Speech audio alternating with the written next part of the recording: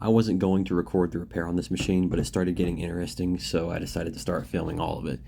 So this video starts out rough, but it gets better as it goes on. Yummy! That's what really old ethanol fuel looks like. It's what ethanol gas does to a lawnmower carb, or any fuel system, really. You know, usually it comes out of the pump clear. Float is completely stuck. The jet, I tried taking it out and immediately broke the teeth off, or broke the whatever off.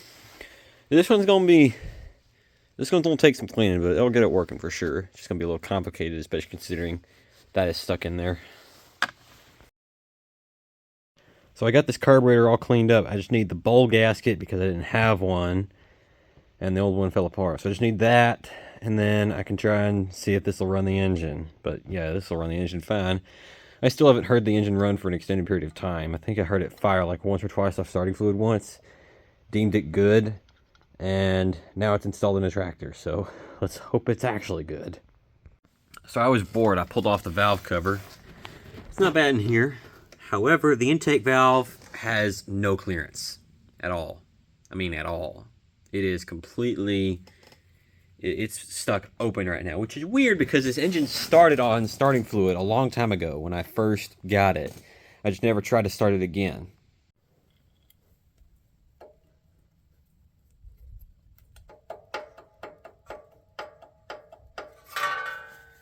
That ain't fantastic. Also, yeah, the intake valve is definitely being held open. It wasn't too carbony in here, to be honest. Now, there's a little bit of rough scratching going on here. It's not bad. However, you can kind of hear it. So, I don't know. This thing probably ain't low hours, but I don't think it's worn out yet. Also, by the way, if you don't want to take the valve out to fix the clearance, that's how you can do it. Just spin the engine to open it, put a screwdriver in there like that. And then you have all the room in the world to get a file in there and fix it. But yeah, this engine's definitely on the higher side of hours. And hey, it'll run a little longer for sure. And it'll definitely be interesting to see how it runs a 42-inch deck and a hydro transmission.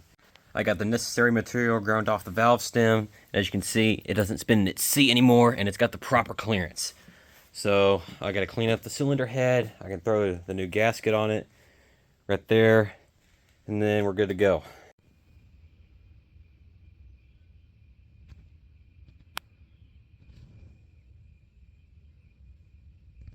For the first time in probably like all of human history, an easy out actually worked. Oh my gosh. I have never seen this before in my life, and I don't think I ever will. So this thing, I just put a bunch of new wires on it, moved the battery from the front to the back. It doesn't want to crank very well. This is all it'll do. Now, if I take this right here, the throttle cable, which is really hot. It's hard to touch. If I unplug that, well, it's about the same. But here, if I hold it in place, well, this was working. Oh, it fell out. Oh my gosh. All right, just have to hold it with my hand. You can see it makes a little bit better connection. It's literally grounding the engine through the throttle cable. All right, throttle cable is completely disconnected, as you can see. It's no longer hot. I've got a wire going to the frame and then bolted just loosely to the engine right there. Here we go. There we go. That's much better. But yeah, I've never seen an engine try to ground through the throttle cable. That is so weird. Does it even move still? Okay, yes, good. I've got the wiring done. I've got, you know, the new battery in it and whatnot. It cranks off the key now pretty good, actually. It spins really fast. I've got the deck back on. I've got the drive belt on, deck belt on, just everything that I can do. Seriously. I even got the fuel tank in, bolted in, and that part of the fuel line run. I've got everything that can be done before the carb gaskets get here, and I can put it back on. First start on, or after a carb clean and a valve job.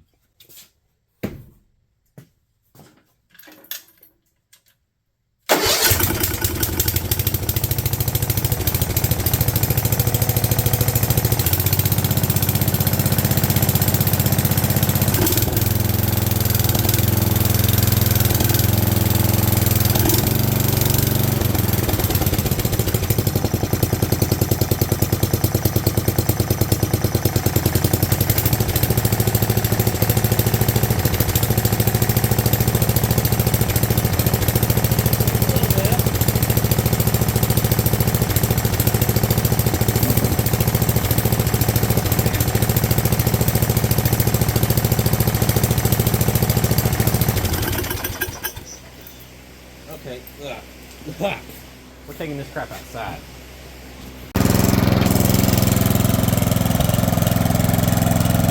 It runs.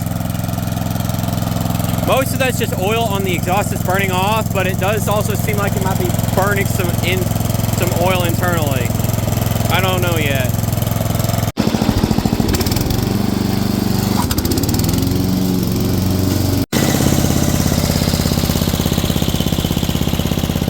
There's some noise in there. I wouldn't call it bad though.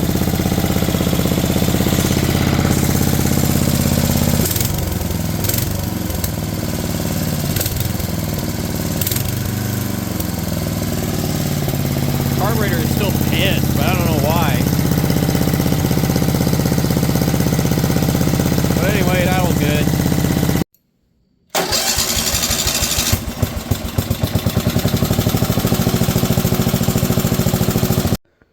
For the record, this lawnmower is a pile of crap. I mean, everything on it. That mower deck is rebuilt exclusively with Chinese special pulleys. This engine burns a little oil. I don't know if to say it burns, but I can smell oil in the exhaust, so it's using oil. Still runs okay. The tires are all foam filled, which is dumb. That is actually not a good thing on a lawnmower. The transmission barely moves. So, yeah, if this thing were to break in half right now, nothing of value would be lost. I mean, really. I could take the engine back out and still rebuild it, put rings in that. The battery that I put in, obviously that's really not going to get damaged no matter what happens. One of those wires down there is for the headlights, which obviously I'm not running. One of them is for the alternator. I'm going to hook that up tomorrow so it will charge a battery. Flatheads make every bit as much power as modern overhead valves. A lot of people say flatheads like this, older engines are junk. I have to disagree, because I don't think a modern overhead valve could do what this just did. All these are flatheads. Look at what they do. Now, don't get me wrong, a well-built overhead valve can do some serious damage. But at the same time, a poorly built overhead valve is always going to be bad, just like this one. And then there's the in-between flatheads like this. Overhead valves like this one. My gosh. This one's okay. But mostly because it literally can't surge because it has that giant fan bolted to the back of it. Yes, this engine right here did come out of that mower. The reason I took it out was because this thing had so much power, it was destroying the rest of the tractor. This engine could power something way bigger than what it was in, so that's why I'm keeping it for something else. And of course, it looks brand new despite being a 1998 model. 1998. I don't care to read the rest of the date right now. But yeah, there's that. This is a 1988 model engine. This one in particular is a 1991. A model 1707. Yeah, it's pretty good. That's basically it. And this thing was just sitting on the floor in a junkyard, just like all the other engines you just saw, except for the red one, obviously, that was in this tractor. Now this thing runs pretty good. Looking at this thing from back here, it looks almost like a pulling tractor because the foam-filled tires. They're not flat, but they always look flat because they're stupid foam-filled. It's kind of hilarious. Just doing an oil change quick here. It's not bad. It's not that watery. It's just black and old, so pretty typical for something like this. It is definitely got a tiny bit of water in it, but nothing that would scare me at all. Also, in case anybody wonders why I keep saying this is a 42-inch deck, it is. It's just got the wrong discharge chute on it, so don't call me a moron. You'd be right, but don't call me that regardless.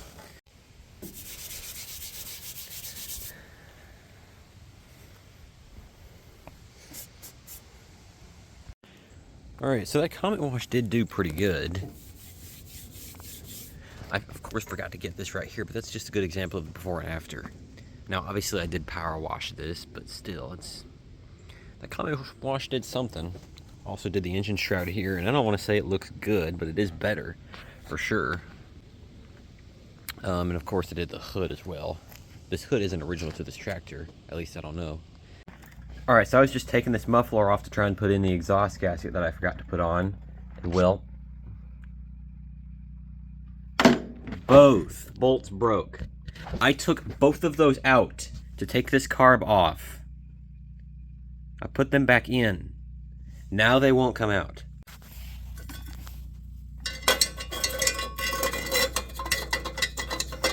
Well, it's... Got it. I drilled these holes out a little big, but it'll be fine. If it does somehow end up leaking with washers on it, then I have another exhaust muffler I can put on just like this one.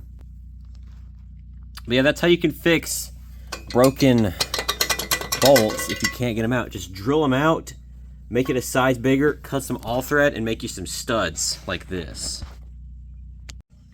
So that is completely done, and the exhaust no longer dances all over the frickin' place. So now I get to clean up all this crap everywhere. Alright, so I'm about to change the air filter. Please, for all that is holy, do not snap those studs off. Alright, it's 40 degrees out here, and this thing ain't started in a hot minute.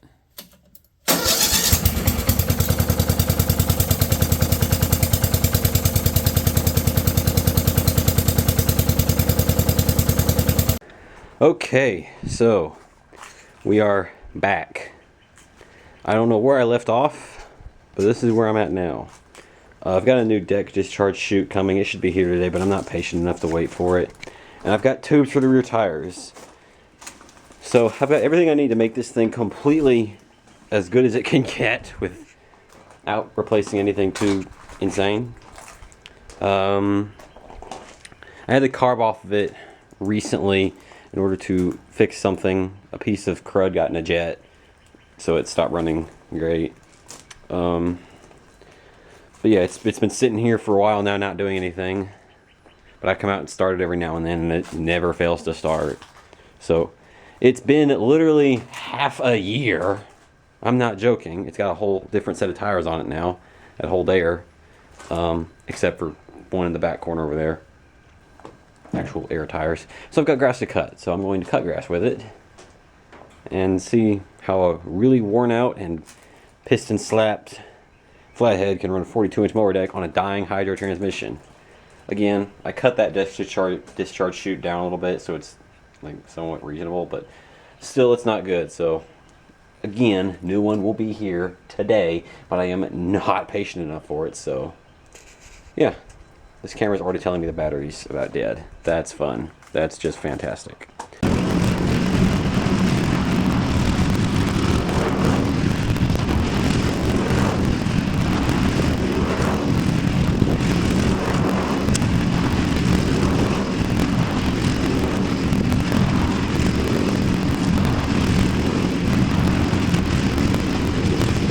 Still trying to figure out this camera. It cut off at 14 minutes. Right towards the end there, but this thing worked great the entire time. You know, I never started it up at full operating temperature, so let's see how it does. Let me give it some gas. Doing an oil change on it here. The oil didn't come out that bad, so that's good. I'm contemplating putting that exhaust on. I don't know. It sounds like it runs rougher than it does because that muffler's, you know, there's just nothing to it. But I've run engines with mufflers like that on the same carbs. They don't sound like that. So, I don't know. But more importantly, I need to finish the oil change and then I'll decide. Deck discharge chute is now late. Of course, thanks FedEx. That's just wonderful. But I have the tire tubes so I can put those in. I got that tire done. That's probably the easiest tube I've ever done. So now all 4 tires hold air. So yeah, oil change is done. Just waiting on that stupid deck discharge chute to get here, and I'll cut another yard. Stupid FedEx needs to hurry up. I'm really fighting the idea of taking the discharge chute off of this and putting it over there because I don't know. I've been wondering why this thing's running funky. I don't know why. New discharge chute finally. We've only got a couple of weeds to cut right here, but yeah, it's all I got. It'll do.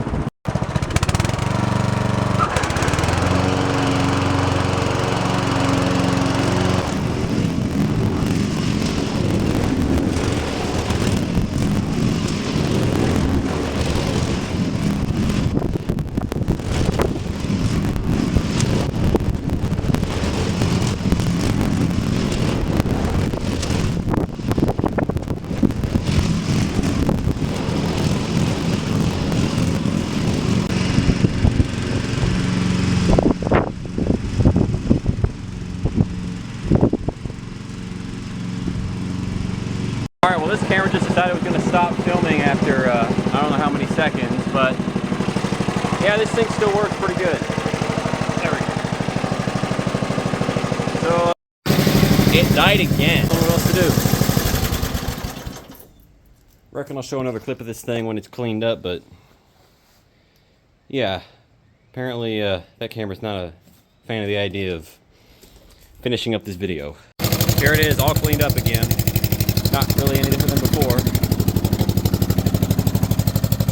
There it is. Really, really worn out Craftsman, but it still cuts grass.